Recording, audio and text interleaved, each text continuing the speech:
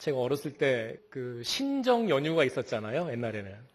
그 신정 연휴가 되면 꼭 교회에서 그 교회 임원들을 데리고 임원 수련회를 갑니다. 그래서 2박 3일, 뭐 3박 4일 이렇게 기도원을 가는데요. 기도원을 가면 우리 이제 엄마가 없지 않습니까? 집안에. 엄마가 집안에 없으면 누나가 밥을 합니다. 근데 왠지 밥이 어설픕니다. 누나가 밥을 하면. 근데 하여튼 알콩달콩 그 2박 3일 동안 재밌게 지냈던 기억이 나는데요. 오늘 여러분들이 바로 누나가 지은 밥을 먹는 날입니다. 우리 목사님께서 잠깐 여행을 가셔서 아산병원으로 수술은 아주 잘 되셨고요. 그 하루하루 회복되는 속도가 좋아서 또 뭐 금방 오시지 않을까 했는데 또 하나님께서는 우리에게 기도할 시간을 주시는 것 같습니다. 이 수술 마무리가 될 때 이 안에 있는 공기가 다 이렇게 깨끗하게 빠져나가야 이제 다 정리를 하고 돌아오시는 건데 그게 약간 좀 시간이 걸리는 것 같아요. 여러분들께서 마무리 될 때까지 우리 목사님을 위해서 기도해 주시길 부탁드리겠습니다. 지난 월요일 새벽 기도는 정말 비장했었다니까요. 오늘 수술하시는 날이다 이래가지고 월요일 새벽에는 비장했었습니다. 새벽 기도가. 근데 그 수술이 잘 되셨다라는 그 기쁜 소식이 오고 난 이후부터 또 헐렁해지기 시작하더니 또 기도할 거리가 생기지 않습니까? 목사님 돌아오셔서 회복되실 때까지 끝까지 우리 주의 사자를 위해서 기도해 주시길 부탁드리겠습니다. 방금 우리가 불렀던 사랑의 나눔 있는 곳에 하나님께서 계신다. 이 찬송이 처음 만들어진 데가 프랑스의 한 시골 동네, 떼제라는 동네가 있는데 그 떼제에 몇 사람의 수도사들이 모이기 시작했어요. 그리고 거기서 예배를 드리고 찬송을 부르기 시작했는데 세계의 젊은이들이 모이는 곳이 됐습니다. 지금도 그 떼제에 가면 많은 사람들이 모여서 기도하고 찬송을 부르고 젊은이들이 세계 평화를 위해서 어떻게 나가야 될까 뭐 그런 일들을 서로 이렇게 교제하는 일이 있는데요. 거기서 이 찬송이 처음으로 이제 만들어집니다.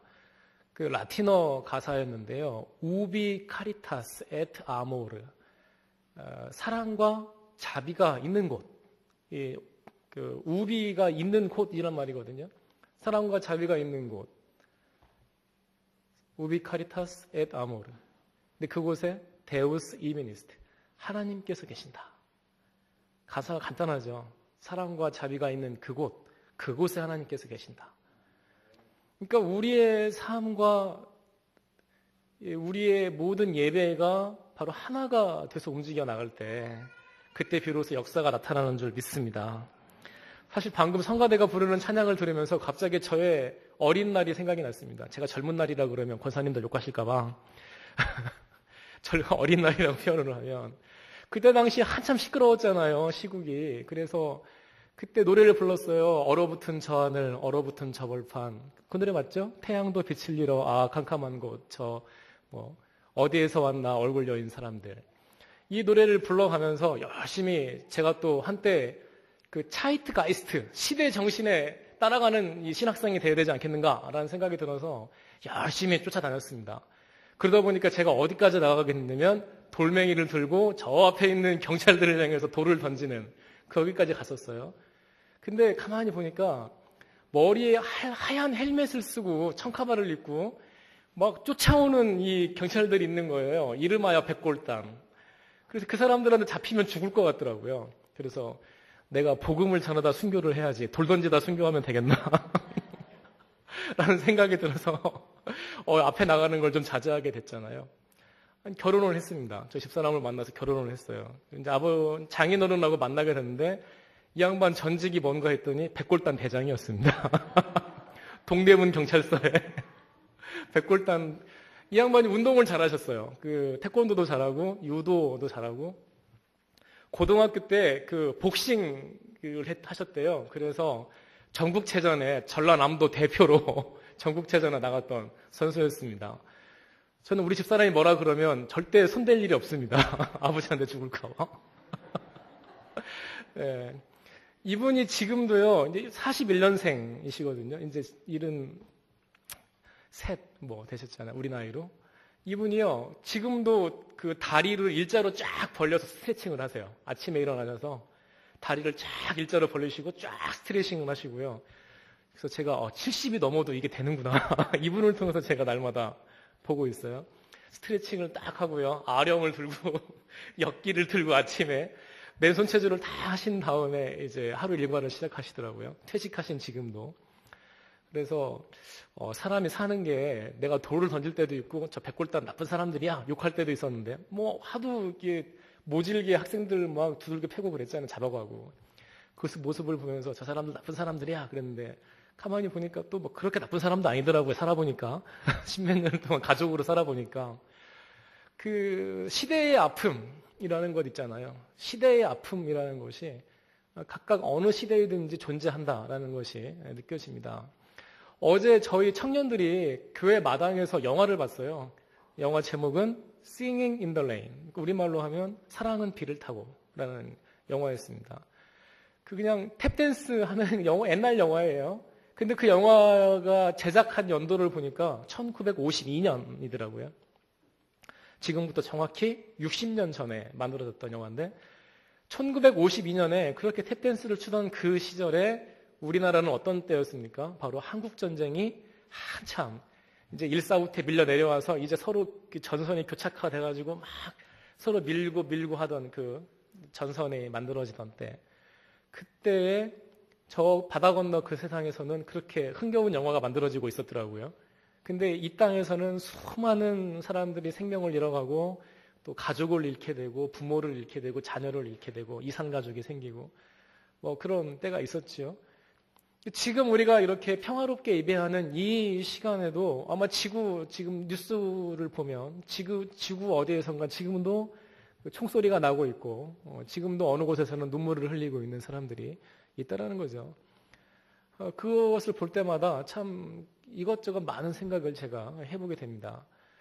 또 제가 부목사 사역을 감당하면서 제가 지금 가만히 생각해 보니까요. 작년에 우리 교회 신앙생활 하던 김경수 목사님 있잖아요.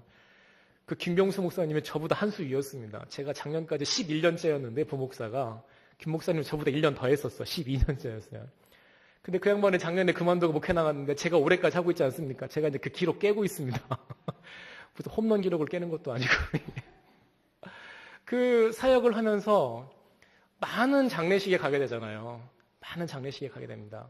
특히 제가 첫 번째 사역했던 그 마산중앙교회 그 교회는 역사가 80여 년 되는 오래된 교회였죠. 그러니까 할머니들이 많고 할아버지도 많아요. 또 근데 할아버지 할머니가 돌아가셔서 이렇게 물론 아쉽고 안타깝고 하지만 이게 가끔은 또 이 장례식장에 가보면 젊은이들이 또 중간에 이렇게 마치 꽃도 피워보지 못하고 이렇게 생을 마감하는 사람들을 보게 되지 않습니까? 그래서 그 장례식장에서 그 화장장에서 이 사람들을 볼 때마다 많은 생각을 하게 됐죠. 제가 어린 나이 때. 근데 그때 정말 많은 생각을 한 건 장례식장이 아니고 장례식 그 다음 날이었습니다. 새벽 기도를 끝나고 딱 교회 마당에 나가는데 저쪽 동쪽에서 해가 쫙 떠오르는 겁니다. 어제 그 집사님은 자기 생을 마감하고 장례식을 해서 인생이 끝났잖아요. 근데 저 동쪽에서 태양은 그대로 떠오르는 걸 제가 보게 됐습니다. 한 사람의 생명이 끝나도 태양은 너무나 자연스럽게 떠오르는구나 생각을 하면서 인생이 하나님께서 우리에게 주신 이 소중한 인생을 어떻게 살아가야 될까? 그거에 대해서 많은 생각을 해보곤 했습니다. 오늘 우리가 읽었던 이 본문 말씀은 아브라함과 하나님 사이에서 있어지는 계약의 이야기입니다. 나는 이 땅을 너에게 주어서 소유를 삼게 하려고 너를 갈대아인의 우르에서 이끌어낸 여호와다. 하나님께서 아브라함에게 말씀을 하십니다. 그리고 하시는 말씀이 뭡니까? 아브라함이 주 여호와여 내가 이 땅을 소유로 받을 것을 무엇으로 알겠습니까? 증거가 무엇입니까? 라고 물어보니까 하나님께서 그에게 이르시되 나를 위하여 3년 된 암소, 3년 된 암 염소, 3년 된 숫양 그리고 산 비둘기와 집 비둘기 새끼 이것을 제물로 가져와라. 근데 여기서 아브라함 했던 일이 뭐냐면 이 제물들을 반을 나눴다라는 겁니다. 이 재물을 반으로 나누었다라는 것이 또 이제 오늘 생각해 볼 수 있는 얘기인데, 이게 뭐냐면 바로 그때 당시에 계약을 체결할 때, 고대 근동에서, 오리엔트 지역에서 계약을 체결할 때에 재물을 쪼개고 그 가운데를 계약 체결자 2명, 당사자 둘이서 그 사이를 왔다 갔다 하면서 우리가 이 계약을 어길 때에는 이런 벌을 받겠습니다 하면서 이 재물을 왔다 갔다 하는 그런 풍습이 있었어요. 그래서 아브라함이 하나님과 계약 체결을 하는데 재물을 반으로 나눴어요. 근데 새들은, 비둘기 같은 새들은 쪼개지 않았다 이렇게 되어 있잖아요. 근데 여기서 중요한 것은 계약자, 당사자가 왔다 갔다 한 게 아니라 오직 하나님만이 이 재물을 왔다 갔다 하시면서 횃불로서 하나님께서 아브라함에게 말하는 것을 우리가 볼 수가 있습니다. 여기서 가만히 보면 이 계약의 형식이 다릅니다. 이것을 지키지 않으면 벌을 받겠다 이게 아니고요. 이 계약을 지키면 내가 너에게 축복을 주겠다라고 하나님께서 계약의 내용을 말씀하고 있는 것을 우리가 볼 수가 있습니다. 이 계약에 대한 기사는 이 뒤에 또 나옵니다. 17장의 말씀에 보면 너희가 할례를 받아라 라는 얘기를 합니다. 할례를 받으면 이스라엘 백성, 하나님의 백성으로서 그 증표로서 할례를 받으면 하나님의 백성으로 알게 할 것이다 라고 이제 하나님께서 말씀을 하게 되시는데, 그 내용을 바라보면서 이 아브라함이 하나님의 약속을 바라보면서 나가는 것을 우리가 볼 수가 있는데요. 오늘 제가 주보에도 우리 목사님 하시던 대로 몇 글자 적어놨었는데요. 하나님의 약속과 우리의 현실 사이에 우리가 거리가 있는 것을 때때로 느끼곤 합니다. 그래서 하나님의 약속과 우리의 현실 사이에 그 거리를 바라보면서 우리가 좌절할 때가 얼마나 많은지 생각해 보곤 합니다. 하나님의 약속이라는 것이 어떻게 우리 안에 이루어지는가 하는 것을 우리가 생각해 볼 수 있는데요. 하나님의 약속과 우리의 현실이 거리가 있는 것은 과연 어떤 의미가 있을까? 하나님의 또 다른 뜻이 있을까라는 생각을 해보게 되죠. 오늘 하나님과 아브라함 사이에 계약을 맺게 되는데, 오늘 읽은 말씀의 뒷부분의 말씀을 보면 12절부터 볼까요? 12절에 보면 해질 때에 아브라함에게 깊은 잠이 임하고 큰 흑암과 두려움이 그에게 임하였더니, 중요한 말씀은 여기서부터입니다. 여호와께서 아브라함에게 이르시되, 따라서 해볼까요? 너는 반드시 알라. 내 자손이 이방에서 객이 되어 그들을 섬기겠고 그들은 400년 동안 내 자손을 괴롭히리니. 하나님께서 약속을 주셨어요. 하나님께서 약속을, 땅을 주시고 자손을 주시겠다 약속을 주셨습니다. 근데 그 약속의 성취가 언제라고요? 400년이라는 거리가 있게 됩니다. 독일의 그 유명한 종교개혁자 마틴 루터, 그의 신학과 또 순교자 디트리 보네퍼의 신학을 보면 오늘 이 말씀에 중요한 맥락이 흐르고 있는 것을 볼 수가 있습니다. 디트리 보네퍼를 잠깐 소개하겠습니다. 이 보네퍼라는 사람은 그 독일에서 아주 천재적으로 공부를 잘했던 사람이었고요. 27살인가요? 27살에 박사가 됐습니다. 그리고 29살인지요? 그때 교수 시험에 합격을 하게 됩니다. 그래서 대학의 교수가 되고요. 그래서 이 사람이 이제 목회를 하게 되는데, 독일의 역사에 1933년에 어떤 일이 있었냐면, 그 나치오날 조지알리스무스, 우리말로 하면 국가사회주의, 그 나치 정권이 1933년에 이 정권을 잡게 됩니다. 그래서 이 사람들이 계속해서 국민들을 선동하기 시작하죠. 1933년에 세계사적으로 어떤 사건이 있습니까? 바로 경제 대공황이 있었던 시절입니다. 미국만 힘들었던 것이 아니라 전 세계가 힘들었던 시절이었는데, 그때 독일 사람들에게 어떤 희망의 메시지를 주게 됐냐면, 우리가 이 아리안 민족이 우리가 제대로 이 독일을 붙잡게 되고 유태인들을 우리가 다 없애게 되면 우리는 제대로 민족이 설 수 있을 것이다. 이런 얘기를 하면서 이제 산업화를 일으키겠다고 하면서 이제 이 나치 정권이 그 사람들로부터 많은 그 지지를 받게 됩니다. 그러면서 결국에는 그 1940년, 41년도에 세계대전이 발발을 하게 됩니다. 독일이 폴란드를 침공하면서 드디어 제2차 세계대전이 펼쳐지게 되죠. 그 세계대전을 할 때 독일 교회가 어떤 입장을 취했었냐면 독일 교회들은 모두가 다 하나님의 뜻이 함께하는 나라는 영원할 것이고 하나님의 군대는 승리할 것이다 라고 하면서 자기들의 군대에게 축복을 합니다. 그래서 독일 사람들의 가장 그 영예로운 훈장 이름이 철십자 훈장입니다. 그 가운데 십자가 모양의 있는 훈장이 가장 큰 그 독일의 영예스러운 훈장이죠. 우리나라에 태극 무궁 훈장이 있는 것 같이, 태극 무공 훈장이 있는 것 같이 철십자 훈장이 독일 사람들에게 있죠. 독일 교회가 그 누구도 이 세계를 지금 그 세계의 평화를 흔들고 있는 이 나치 정권에 대해서 그 누구도 말을 하지 못했어요. 그때 독일의 그 22개의 주 교회 말고요. 그때에 그 국가 교회에 반하는 교회 운동이 일어나기 시작하는데 그 교회가 그 유명한 고백 교회입니다. 그 교회는 우리와 같이 이렇게 땅 위에서 예배를 드리는 교회가 아니라 지하에 숨어서 예배를 드리는 교회였습니다. 이 보네퍼가 대학의 교수로서 목사로서 그 시대 정신의 지도자로서 고백교회 운동을 주도하게 됩니다. 그리고 1944년에는 어떤 일을 하게 되냐면 더 이상 독일을 망하게 할 수 없고 세계의 평화를 깰 수가 없다라는 그런 생각하에서 이 보네퍼가 어떤 일을 하냐면 바로 히틀러를 암살하기로 결정을 합니다.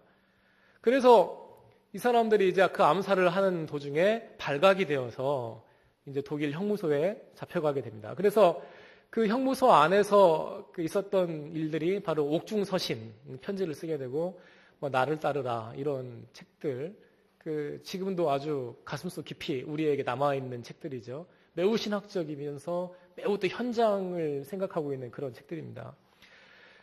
사람들이 물어봤어요. 보네퍼 목사님에게. 당신은 어떻게 목사님이면서 국가의 원수를 암살하려는 시도를 할 수가 있습니까? 그때 보네퍼가 했단 말이 버스를 운전하는 운전기사가 지금 술에 취해서 미친 사람이 지금 운전을 하고 있는데 그 사람에게 어떻게 핸들을 맡길 수 있겠습니까? 이 많은 사람들을 위해서 그 운전사를 바꿔야 되지 않겠습니까? 그게 보네퍼의 이야기였습니다. 이 보네퍼의 이야기가 때로는 민감해서 어떤 시대에는 보네퍼에 대해서 설교하지 못하던 시대도 있었어요. 교회에서. 근데 이 보네퍼가 했던 물론 보네퍼가 그 히틀러가 죽기 한 달 전에, 전쟁이 끝나기 한 달 전에 그 형무소에서 그 총살로 사형을 당하게 됩니다. 형장의 이슬로 사라지게 되는데. 이 보네퍼가 했던 그 유명한 그 신학적인 글 중에서 아주 중요한 토픽이 하나가 있는데 그게 바로 마틴 루터의 그 신학에서 갖고 온 건데요. 그게 뭐냐면 바로 값싼 은혜라는 것입니다. 예수 그리스도의 십자가의 공로가 과연 값싼 은혜인가? 라는 거였습니다. 여러분 생각해 보십시오. 십자가에 달려 죽으신 예수 그리스도, 그로 말미암아서 구원받은 우리, 그 어찌 예수 그리스도의 십자가의 은혜가 값싼 은혜일 수 있겠는가 하는 것입니다. 그런데 우리의 성도들이 하나님의 은혜를 생각할 때 하나님은 우리에게 복을 주시기로 하셨고 영생을 주기로 하셨고 우리를 구원해 주시기로 약속하셨다라는 거잖아요. 그 약속하는 것을 믿고 그냥 그것에 대해서 가슴속 깊은 삶의 전환이 없이, 삶의 방향의 바꿈이 없이 우리가 그것을 값싼 은혜로 받는다 그러면 그것이 어떻게 되겠는가라는 것이 이 디트리 보네퍼의 말씀이었습니다. 그리스도의 은혜는 절대로 값싼 은혜가 아니라 하나님의 아들이 십자가에 달려 죽으신 값비싼 은혜라는 거잖아요. 근데 우리들이 너무나도 하나님의 은혜를 가볍게 안다라는 겁니다. 예수님의 이야기가 생각이 납니다. 뭡니까?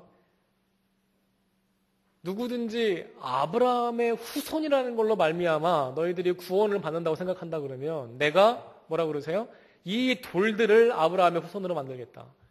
예수님께서 하신 말씀입니다. 결국엔 혈통이 중요한 게 아니다라는 말씀이었지만 그 한 말씀을 더 우리가 묵상해 보면 바로 내가 지금 어디에 앉아 있는가가 중요한 게 아니라는 거잖아요. 지금 이 시간에 수많은 사람들이 바닷가에 놀러 가고요. 바닷가 지금도 갈까? 지금 뭐 이 늦가을에 얼마나 분위기 좋아요. 시원할 때 바람 쐬고 싶은 사람은 얼마나 많습니까? 근데 이 시간에 여러분들은 주님의 전을 기억하고 이 교회에 나오셨잖아요. 예배드리고 있잖아요. 그럼에도 불구하고 오늘 이렇게 제가 이 보네포의 얘기를 하면서 이 값싼 은혜에 관한 말씀을 드리는 것은 무엇이냐면 우리 성도들이 순간순간 하나님께서 우리에게 주신 그 약속, 그것이 이루어지는 성취의 과정, 그리고 이루어지는 그 인내의 과정, 기다림의 과정, 그것들을 하면서 우리들이 너무 기다림 없이 성취를 바라보는 그런 성도들이 너무나도 많다라는 고발이 바로 이 보네포에게 있었기 때문입니다. 하나님의 약속은 결코 그 순간에 이루어지지 않았습니다. 하나님의 약속은 바로 기다림의 고통이 있을 때, 고통의 기다림의 순간이 순간순간 지나갈 때야 비로소 성취되는 것을 성경이 우리에게 말해주고 있는 것입니다. 하나님께서 우리를 구원하신 것도 예수 그리스도의 십자가를 통해서 구원이 있던 것을 여러분들이 기억하시길 축원합니다. 하나님의 약속은 더딜지라도 반드시 이루어지는 것을 믿으시길 축원합니다. 하나님의 약속은 더디지만 반드시 이루어집니다. 근데 우리가 어려운 점은 무엇입니까? 더디다라는 게 문제가 아니겠습니까? 오늘 우리가 기도를 했어요. 우리 목사님을 위해서 기도했습니다. 하나님 우리 목사님 회복시켜 주시옵소서 기도했습니다. 그랬더니 지금 아산병원에 계신 목사님이 갑자기 짠 하고 나으시면서 이렇게 갑자기 피가 나오시는 게 깨끗하게 지금 이 순간 딱 멈춰버리는 놀라운 역사가 있으면 얼마나 좋겠습니까?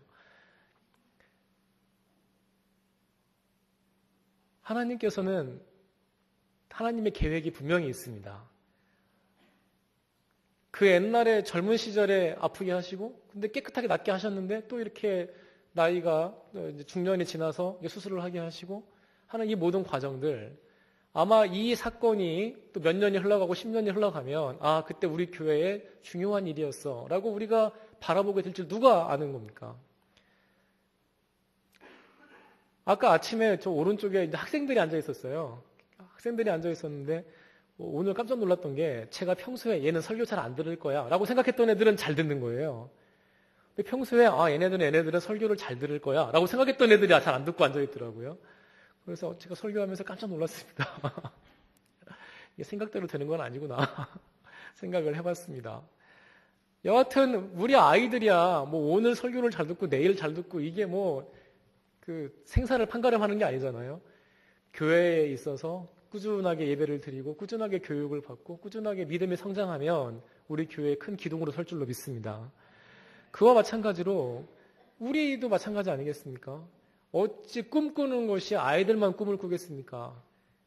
나이 든 분들도 꿈을 꾸게 되는 거고 90, 100살이 넘은 할머니, 할아버지들도 꿈을 꾸는 건 아니겠습니까? 우리가 하나님께 기도하는 그 모든 기도 제목 분명히 우리에게 하나님께서는 약속을 이루어 주시겠다고 말씀을 하고 계십니다.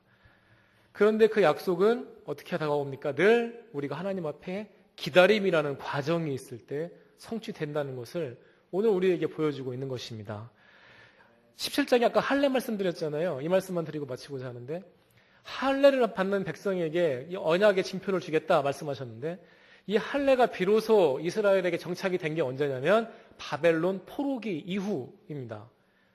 바벨론 포로기가 됐을 때야 비로소 나은 지 8일 만에 할례를 받게 되는 일이 공식화되었던 것입니다. 성경에서도 보면 할례의 약속을 받게 된 첫 번째 할례를 했던 그 아브라함도 99살에 할례를 받게 되고요. 이스마엘도 13살에 할례를 받게 됩니다. 이제 이삭만이 난 지 8일 만에 할례를 받게 되는데 이 할례가 온 이스라엘 백성에게 그대로 이루어진 것은 포로기 이후였어요. 수백 년이 지난 후였습니다. 하나님의 약속이라는 거 이스라엘 백성으로 인치겠다 하는 것은 결코 그 순간에 이루어지는 것이 아니었습니다. 제가 시편을 하나를 적어왔습니다. 여호와께서 시온의 포로를 돌려보내실 때에 우리는 꿈꾸는 것 같았도다. 바벨론 포로를 지내고 돌아올 때의 이야기입니다. 그때에 우리 입에는 웃음이 가득하고 우리 혀에는 찬양이 가득하였다. 그때의 뭇 나라들은 여호와께서 그들을 위해서 큰 일을 행하셨다. 여호와께서 이렇듯 큰 일을 우리에게 행하셨으니 우리는 기쁘고도 기쁘도다. 여호와여, 남방의 마른 시내에 물 다시 돌이키듯 우리 포로들도 돌려보내소서. 아하, 눈물을 흘리며 씨를 뿌리러 나간 자는 정녕 기쁨으로 단을 거두리로다. 아멘. 시편 126편의 말씀입니다. 눈물을 흘리며 씨를 뿌리러 나가는 자, 그 자는 정녕 기쁨으로 단을 거두리로다. 하나님의 약속, 그리고 하나님의 성취, 그 가운데 있는 그 거리들, 그 시간들이 바로 어떤 시간입니까? 우리가 눈물을 흘리며 씨를 뿌리는 시간이고 하나님의 성취를 기다리는 시간입니다. 그런데 정말 위로가 되는 게 하나가 있어요. 위로되는 말씀은 뭐냐면 고린도전서에 보니까 하나님께서는 능히 우리가 당할 만한 시험을 우리에게 주신다 하시는 말씀입니다. 내가 약한데 어떻게 400년을 기다릴까? 그 말씀이 아니잖아요. 하나님께서는 우리를 나보다 더 나를 잘 아시는 분인 줄 믿습니다. 더 나아가 생각해 보면 하나님께서는 분명히 나의 약함을 다 아시고 나의 모든 삶을 아시는 분입니다. 우리가 믿음으로 인내하며 기도할 때 하나님께서는 분명히 응답으로 우리와 함께 하시는 줄 믿습니다. 더딜지라도 반드시 이루어지는 하나님의 약속. 이 하나님의 약속은 끝까지 인내로써 모든 경주를 다하는 자들이 비로소 누릴 수 있는 것입니다. 오늘 기도하시고 또 내일 기도하시고 하나님의 약속을 기다릴 때 끝까지 인내하심으로 승리하시는 여러분 되시길 주님의 이름으로 축원합니다. 기도하겠습니다. 사랑의 하나님, 하나님의 약속이 우리에게 있고 그 약속은 끝내 더딜지라도 이루어지는 줄 저희들이 믿습니다. 아버지, 저희들이 인내로서 모든 경주를 다하는 사람들이 되게 하시고 그 경주를 다할 때 비로소 잘하였다, 충성된 종아, 칭찬받는 저희가 될 수 있도록 아버지 인도하여 주시옵소서. 예수 그리스도의 이름으로 기도하옵나이다. 아멘.